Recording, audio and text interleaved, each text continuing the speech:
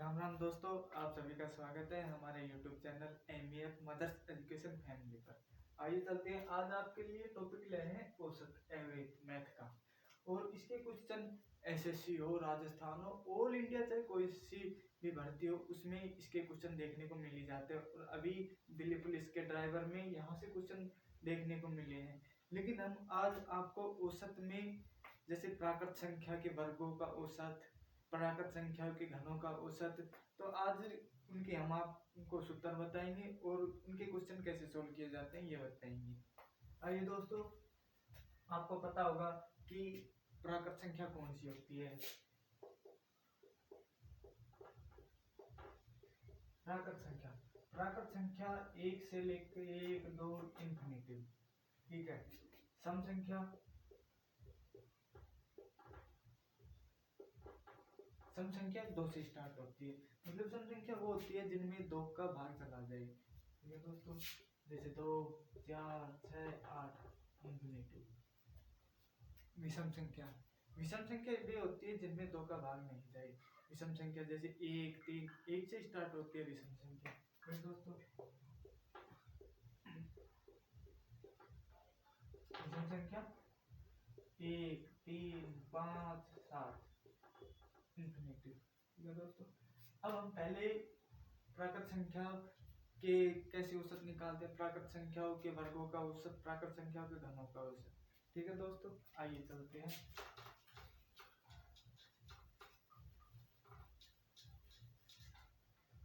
प्राकृत संख्या, पहला मतलब कि प्राकृत संख्या का औसत, मतलब कितनी प्राकृत संख्या, n प्राकृत संख्या का औसत, मतलब हमें 10 प्राकृत संख्याओं का औसत निकालना है। अब हमें नहीं पता, पहले मतलब कई लोग कैसे करेंगे, 1 + 2 + 3 + 4 + 5 ऐसे जोड़ेंगे। 5 5 ये हो गए 15, अब 15 में 5 का भाग देंगे, ऐसे आ गए 3 औसत।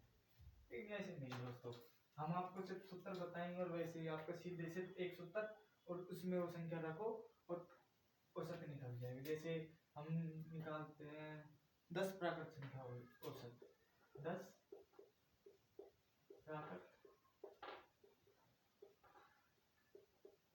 संख्याओं का औसत। इसका मतलब कि पहले मैं आपको सूत्र बता देता हूँ। प्रथम n प्राकृत संख्या का औसत, इसका सूत्र होता है दोस्तों n + 1/2, ठीक है दोस्तों। तो आप मान लो पहले 5 प्राकृत संख्याओं का औसत, 5 प्राकृत, प्रथम 5, न कि कोई भी 5, मतलब ये सूत्र उनके होंगे जहाँ पर प्रथम 5, प्रथम 15, प्रथम मतलब कि 20 ऐसे होंगे ना, तो उनका ये निकाल औसत निकलेगा। प्रथम 5 प्राकृत संख्या का औसत, तो 5 सूत्र में रखेंगे 5 + 1/2, कितने होगी 6/2, 3 औसत, ठीक है दोस्तों। अब इससे हम मतलब की संख्या का योग भी निकाल सकते हैं। कैसे, हमारे पास प्राकृत संख्या कितनी थी 5, औसत कितनी आ गई 3, तो इसको 5 × 3, ये इसका योग है। मतलब कि कोई पूछ ले 5 प्राकृत संख्याओं का योग, आप ऐसे जोड़ेंगे, इस सूत्र में रखो और फिर जितनी संख्या उसे मल्टीप्लाई कर दो, इसे ही योग भी आ जाएगा। अब जैसे मान लो 11 प्राकृत संख्याओं का औसत, 11 + 1/2, 12/2, 6, मतलब ये होगी 6। इसका मतलब प्रथम जो 11 प्राकृत संख्या होगी उनका औसत आएगा 6, ठीक है दोस्तों। अब दूसरा सूत्र, प्रथम n प्राकृत संख्या के वर्गों का औसत,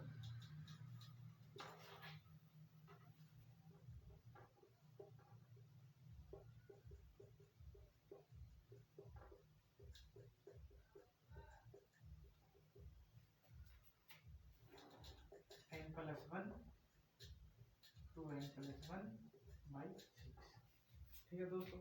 अब जैसे आप मान लो 5, मतलब 5 n प्राकृत संख्या के वर्गों का औसत, तो लेंगे, मतलब मैं पहले सीधे लिख देता हूँ, आपको पता है प्राकृत संख्या निकाल रहे हैं, तो 5 संख्या वर्गों का औसत।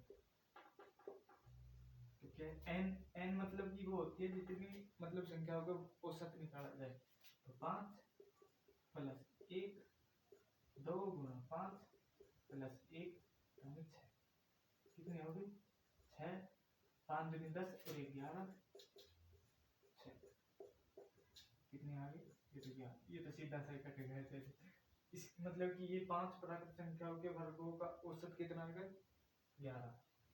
ठीक है दोस्तों, अब जैसे मतलब कि निकाल लो 12 6 13 मान लो 13 प्राकृत संख्या के वर्गों का औसत पर रखो 13 प्लस 1 2 गुना 13 प्लस 1 भाग 6 14 13 दूनी 26 प्लस 1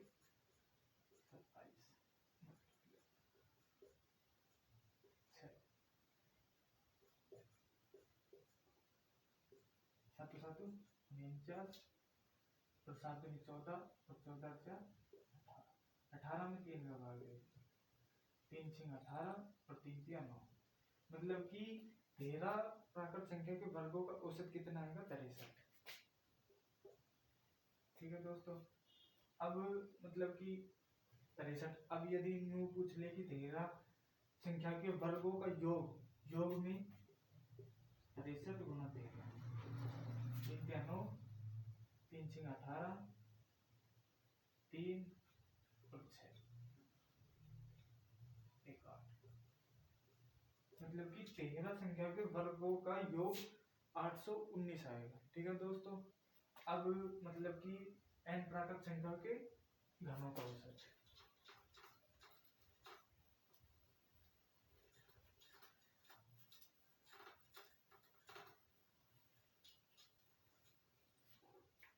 वर्गों घनों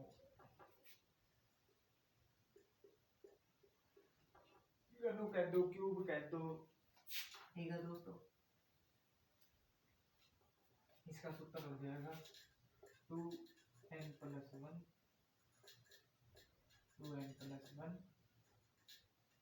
अपॉन में 3। ठीक है दोस्तों, उसका सूत्र क्या था n प्लस 1 कोष्टक में 2n प्लस 1 अपॉन में 6, लेकिन घनों का औसत है 2n प्लस 1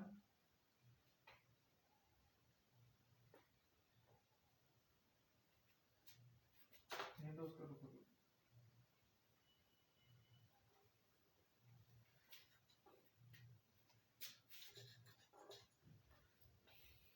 ठीक है दोस्तों, अब मतलब प्रथम n प्राकृत संख्याओं के घनों का औसत n प्लस 1 का होल स्क्वायर अपॉन में 4।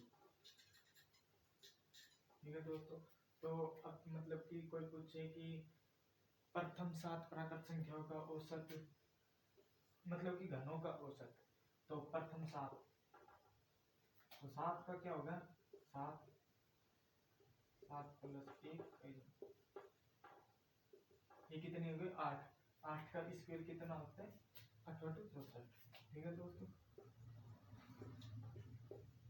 4 से ये कट जाएगा 21 बार 7 एकम 7 7 दूनी 14। ठीक है दोस्तों, तो प्रथम 7 प्राकृत संख्याओं के घनों का औसत कितना होगा 147।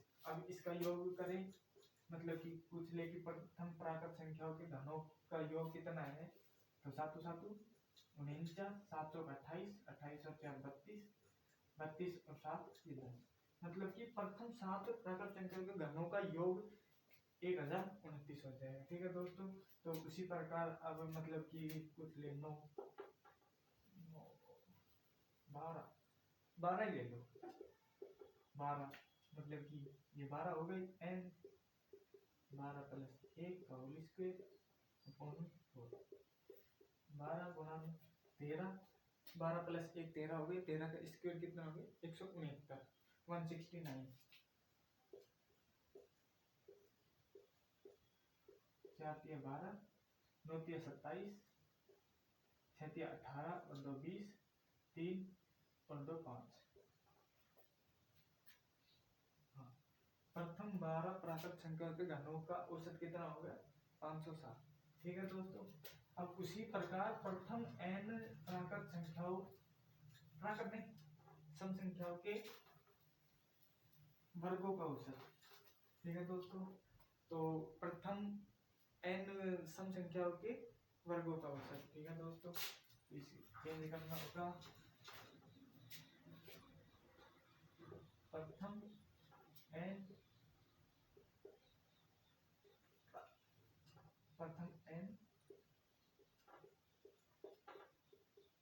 सम संख्या के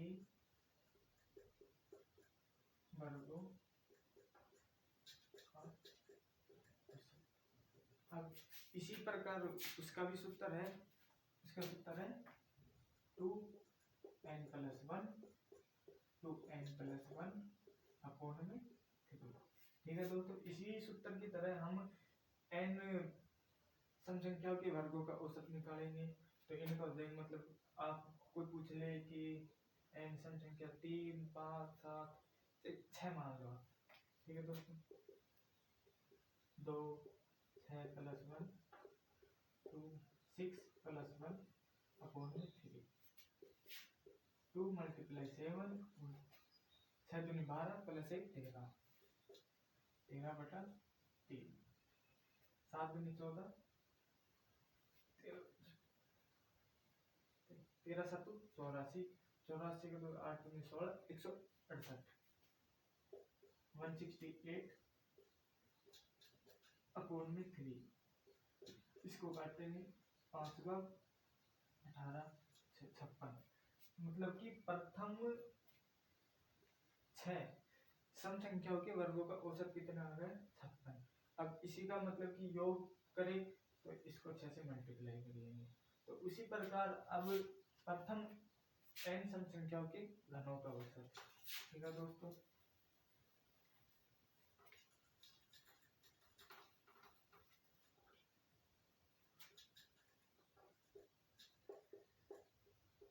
जिस प्रकार सम संख्या विषम संख्या का औसत है, उसी प्रकार सम संख्या के घनों का औसत का सूत्र भी है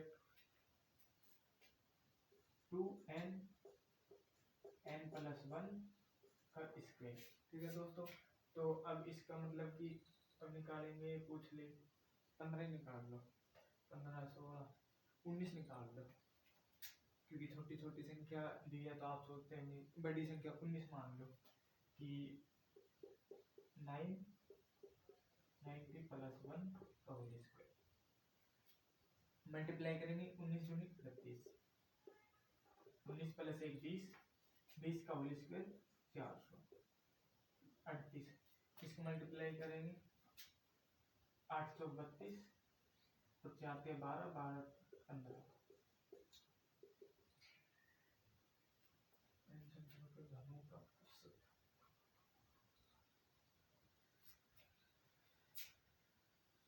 ठीक है दोस्तों, तो ये मतलब कि प्रथम 19 सम संख्याओं के घनों का औसत कितना आ गया 15,200। ठीक है दोस्तों, अब उसी प्रकार प्रथम n विषम संख्याओं के वर्गों का औसत निकाला है 2n - 2n-1 2n+1 अपॉन में 3। ठीक है दोस्तों, इसी प्रकार 2n-1 2n+1 अपॉन में 3। इसी प्रकार मतलब कि निकाल लो प्रथम 5 अभाज्य संख्याओं के वर्गों का औसत। तो ये हो गए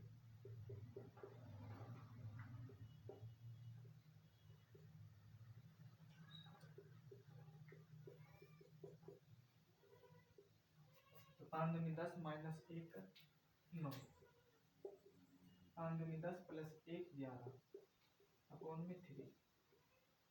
3 से काट दिया, 11 दिया 33। ठीक है दोस्तों, तो प्रथम 5 अभाज्य संख्याओं के वर्गों का औसत कितना आ गया 33। यदि हम प्रथम 5 अभाज्य संख्याओं मतलब कि वर्गों का योग निकालेंगे तो कितना आ जाएगा, 5 से मल्टीप्लाई कर देंगे, 5 या 15, 5 के 15 116, मतलब प्रथम 5 अभाज्य संख्याओं के वर्गों का योग 165 हो गया। ठीक है दोस्तों, इसी प्रकार प्रथम मतलब कि प्रथम n अभाज्य संख्याओं के घनों का औसत।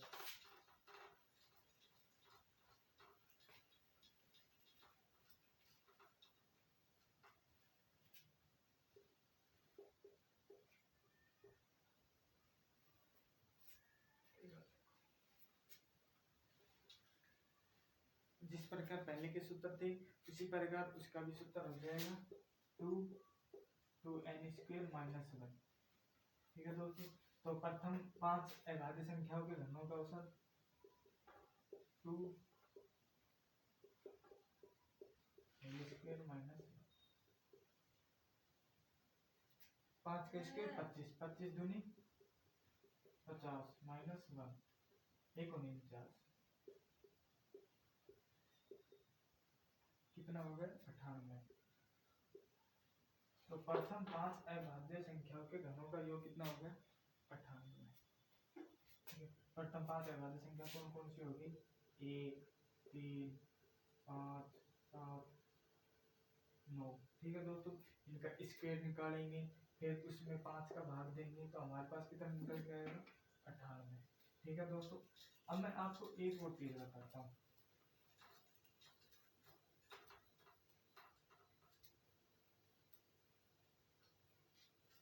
यदि अब आपसे पूछ ले कि प्रथम लगातार संख्या है, मतलब कि कोई भी हो प्रथम संख्या, मान लो हाँ 20 से लेकर आप मान लो 150, 20 से लेकर 150 तक की संख्याओं का औसत। ठीक है दोस्तों, तो कैसे निकालेंगे, प्रथम पद अंतिम पद। प्रथम पद क्या है और लास्ट पद क्या है 150।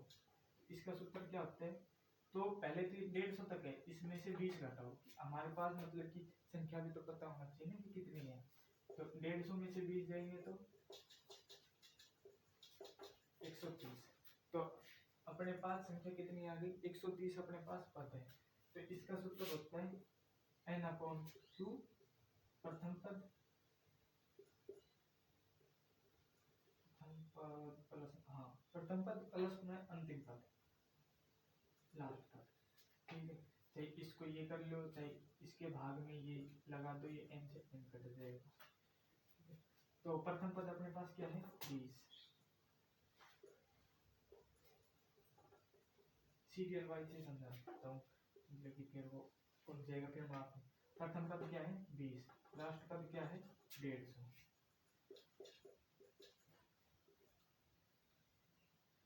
भाग में 2 170।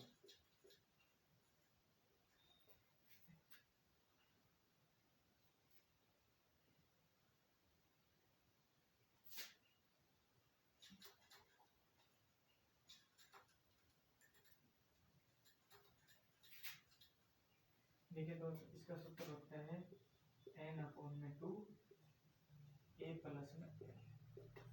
तो अपने पास संख्या कितनी है 130, 130 प्रथम पद 20, अंतिम पद 150, 170, 130 गुणा 170 अपॉन 2 कितनी होगी 65। 65 और 17 में 7 में 35 और 7 से 42 और 45 और 6।